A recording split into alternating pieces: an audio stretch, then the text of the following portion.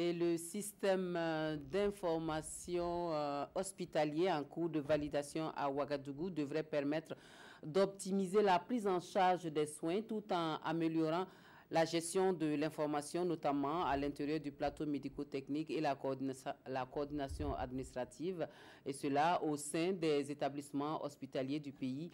On suit ici le compte-rendu de l'atelier de validation du document avec Paul-David Bambara et Nathalie Savadogo. Hôpital Yalgado Ouedraogo. Ici, les dossiers des patients sont enregistrés de façon manuelle. Un procédé qui n'est pas sans conséquence sur l'archivage des actes posés par les praticiens. Le problème qu'on a actuellement, c'est qu'on a souvent des pertes de dossiers. Comme ce n'est pas une seule personne qui manipule les dossiers, on a des équipes. Ici, on est 10 médecins, donc 5 équipes.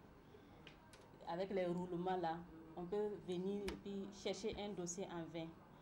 Ce genre de cas-là, il faut carrément revenir dans le registre pour voir si on retrouve le nom de la personne, refaire un auto-résumé et ça retarde la prise en charge des malades. Ces difficultés seront bientôt conjuguées au passé.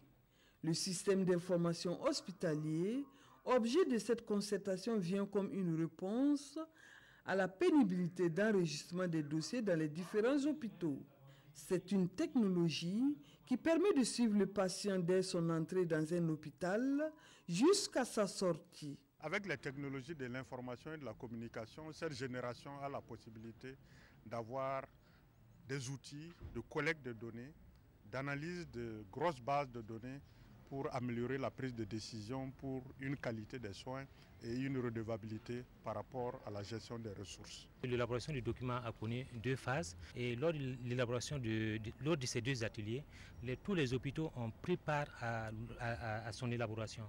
Donc aujourd'hui concrètement, c'est pour valider tout ce qui était fait avec les différents acteurs des hôpitaux. L'élaboration de ce référentiel a été rendue possible grâce à l'Organisation mondiale de la santé. Sa mise en œuvre va permettre l'amélioration de la prise en charge des patients, les échanges entre les structures hospitalières et rendre efficiente la gestion des ressources des hôpitaux.